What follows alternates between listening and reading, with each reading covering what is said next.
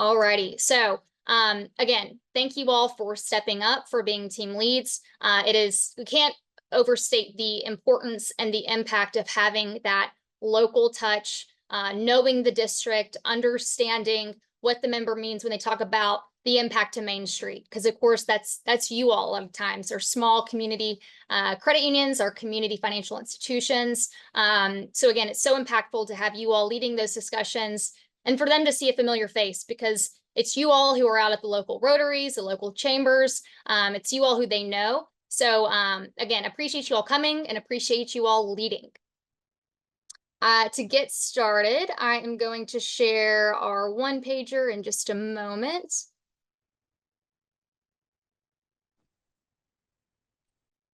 Just to kind of walk you through. And as a reminder, so our credit union team leads, thank you all for chatting. Our credit union team leads, your goal is to really help drive the issues home. So bring it back to the asks, because y'all know that if you've been to a Hike the Hill or a GAC, it is easy to go down rabbit holes, especially when we talk about issues that we're really passionate about. Fraud, for example, interchange, the credit union structure, which are all great things that we're so passionate about, but just important that, we are mindful of time. So really encourage you all as our leads to bring it home to the ask, and then also encourage other credit unions to participate, because we know that most often credit unions are going to participate and speak up when they see and hear from their colleagues, and they see, oh, Ashley spoke about that. Well, I know I have a similar experience or example that I can share. And so a lot of times you are who encourages and provides others with that confidence and comfortability to speak up. So really encourage you all as you're going through the issues. And if you hear about, oh, I know that Steve's got a great story about this. Hey, Steve, why don't you mention your story about fraud or what you all have dealt with? Don't be afraid to call on others if they've kind of demonstrated their willingness to speak up. So, we talked earlier on the call about, or the original webinar, about the credit union difference and really rebuilding our muscle memory around telling our story. And so, again, that's how we're going to open up our meetings. As our team leads, I'd really encourage you all, hopefully when we meet in our state-by-state breakouts, this is a smaller group, so you'll kind of know who's in your region, who's in your area, and you can say, Gary, how about you tell them what you're doing at Space Coast? And you can kind of call on people to ensure that every credit union gets the opportunity to introduce themselves, but also talk about their local impact in the district. Again, I'd encourage everyone to be mindful of time on that. Don't go too in the weeds, but definitely mention something that will be of impact to the member. And then once you see that we've gone through all the issues, it should be a pretty easy discussion when we talk about the tax exemption and bringing home that ask. We know that members of Congress are going to be looking at ways to pay for expiring tax provisions under the Tax Cuts and Jobs Act. And we just hope that you will preserve our tax exemption. And after you've gone through that full story, that full all those examples, I think it should be a pretty easy ask, and they should say, we're on your side. But just again, driving home that ask. And then it's a very easy segue. We talk about threats to our structure. CRA is one of those. And so I think it's a continued conversation in relation to the tax status conversation about CRA and how overregulation or threats to our structure, threats to our day-to-day operations would prevent us from serving our mission, which is serving those communities that are often overlooked and left behind by the big banks. So I kind of lump these two together, and then similarly lump interchange and fraud together, because the conversations go hand in hand. So again, we talked about this earlier. A lot of offices are going to be well aware of the Credit Card Competition Act. If they are, which they likely will be, because you cannot have been on the Hill in the last Congress and not heard about this issue, because people are getting it from every side. I would just make sure that you hit home. We are hearing there is going to be an effort to move this as part of the NDAA by the end of the year. And that's, a lot of these, several of these issues you may hear oh, is there an actual threat? Is there actual legislation? You know, we know a bill is coming up. We know they're going to be looking for pay-fors next year. We have heard that the banks are going to try and subject credit unions to CRA, just like they want to threaten our tax exemption. And I think, you know, it's a good educational moment as well, just the differences in the credit union structure, whether it's business lending, field of membership. So they realize that credit unions are not outgrowing their means. They're not acting as big banks, because that's kind of the narrative that's being shared on the Hill, is that credit unions have outgrown their means. They're mentioning things like naming rights to stadiums, also expanding into new communities, into new states, all of those things. But there's a lot of restrictions on credit unions at the same time. And it's important that offices know that, because we know that's not what the banks are sharing. The banks are sharing a very different story. So again, that's our opportunity to educate. And then back to Credit Card Competition Act and fraud. You know, again, just drive home that we do know an effort is coming and there is a threat before the end of the year. And even if it doesn't happen with the NDAA, if Republicans do take control of the Senate, Senator Marshall, who again is the lead Republican on that bill, has been making trades. I will vote for you for leadership if you promise me a vote on the floor. So at least 2 of the 3 candidates for Republican leader in the Senate are alleged to have made that promise. So it's something that, including the lead for that position. So it's something that is a very credible and serious threat. And we know it's not going away anytime soon. We talked about fraud. Again, this is a great opportunity to call on credit unions to discuss their experiences for fraud, what they're seeing, especially as friendly fraud increases, as people are teaching others on social media how to commit what they think is a victimless crime. But again, every single credit union has a fraud story. So I'd really encourage you to call on others as well to talk about the impact here and just how committed we are to working to prevent fraud, but in a way that makes sense and will actually stop fraud, not actually encourage it more. Because as we've seen through the rise of social media, especially TikTok, if they know they can get away with it and they know there is no real penalty for doing so, like there isn't now, they're going to continue. There will be more, and we're already seeing it in droves.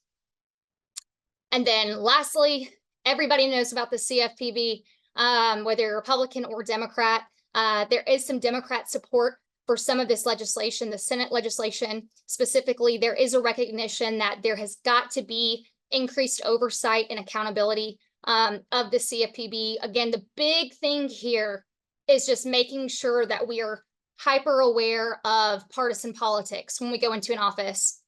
So again, you know, we talked about this earlier, but for Democrats, I would touch lightly, and I would really talk about the importance of having someone who looks out for consumers, but that credit unions are the natural consumer advocate. And yeah, it's a great place to talk about things like financial literacy, what you guys are doing to put members on a path to financial success and independence. But that overregulation will hurt, and that while we're preparing for a potential change in administration, the regulatory whiplash and the back and forth between extremes makes it really hard to operate. So I would take that approach for Democrats and really emphasizing the importance of a bipartisan board, whereas Republicans, we've got a lot of them who are who've actually mentioned, including Byron Donalds, who mentioned or introduced legislation to eradicate the CFPB altogether. Not everybody's to that line of extremism, but there are a lot of members in our delegation understand that overregulation is just crushing our industry, and our industry is highly regulated as is. So again, you know, we talked about this earlier. There's a number of bills. All of these 4 House bills in the middle, they take a piecemealed approach, whereas this is a newer bill, HR 2798. We're supportive of all of them, although these have more co-sponsors since they've been around longer. So we're supportive of all of them, but if it's a matter of which one, we'd like to see HR 2798 pass and move, and we want those members to co-sponsor it, as well as S 915. And then again, we mentioned this in the last call, but as the team lead, really would like you to pass this out at the beginning of the meeting. So that way the staff, the member in the meeting, they can follow along on the issues, but as we're talking about our impact, they can see just how much credit unions are impacting their local communities. They can see the members in district. It's always fun when a member's like, well, how come I don't have the highest number of members in my district? And so this is just a good thing for them to look at and really fully understand the impact in the state in their district. So we will have printouts of these for you at the briefing. And again, I'll send these out when we get the webinar recording downloaded. But what questions do you have, if any, and what advice do you have for other team leads?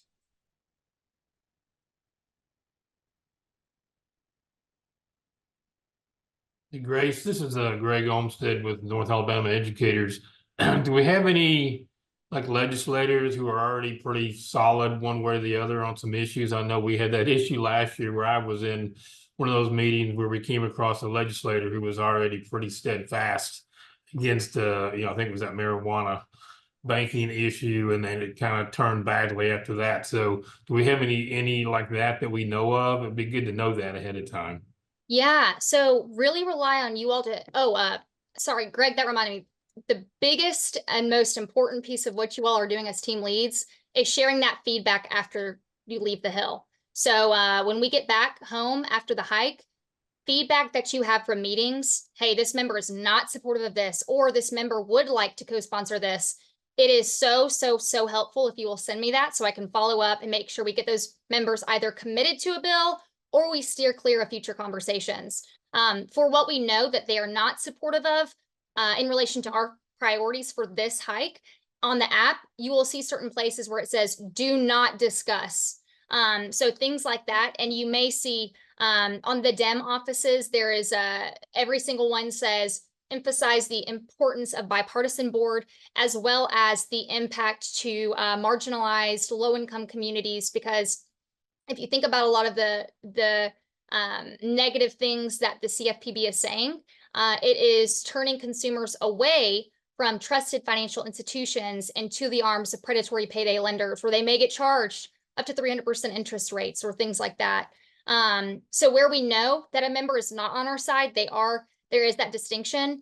And we will be going over those in just a little bit more detail at our state-by-state breakout next week. I know we were a little stretched for time today. Two members that come to mind, though, again, Rick Scott on interchange is a concern.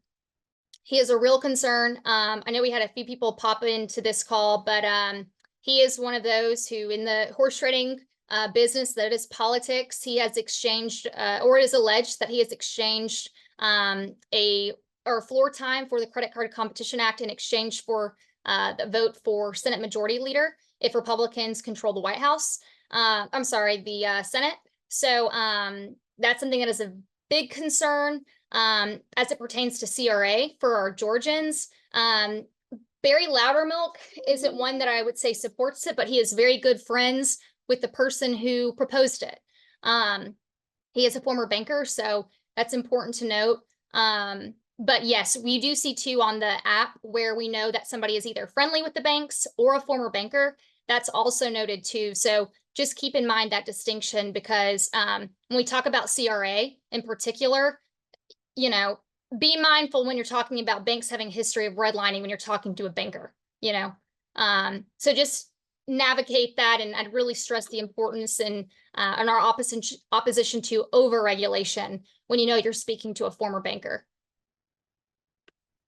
No offense, Ed. I'm just kidding. No, we're so glad to have Ed. And, it's funny, and I really encourage all of you in the future, if you have acquired a bank, there is truly nothing better than a lawmaker seeing a former bank CEO or executive on the credit union side on issues like our tax status, CRA, things like that, field and membership. So keep that in mind for the future. But any other questions or advice?